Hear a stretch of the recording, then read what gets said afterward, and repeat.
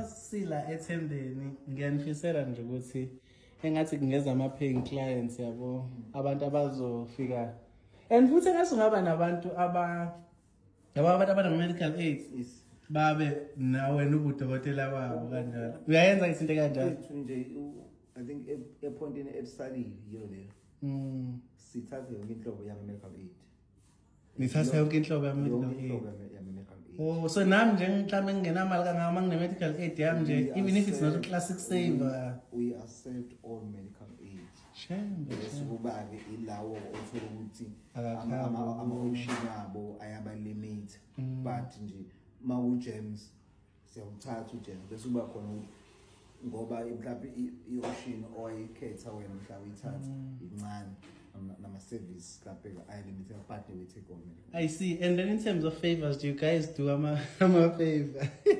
Abantu nje umusa abawusenzela wona. We don't do favors. Ma kumele silekelele siyalekelela. Ngoba kusuka bakhona abantu esebazi sesike sabalekelela ngoba kusuka kithi. But aswenza ama-favors because sike sahlaselwa omunye nje ethi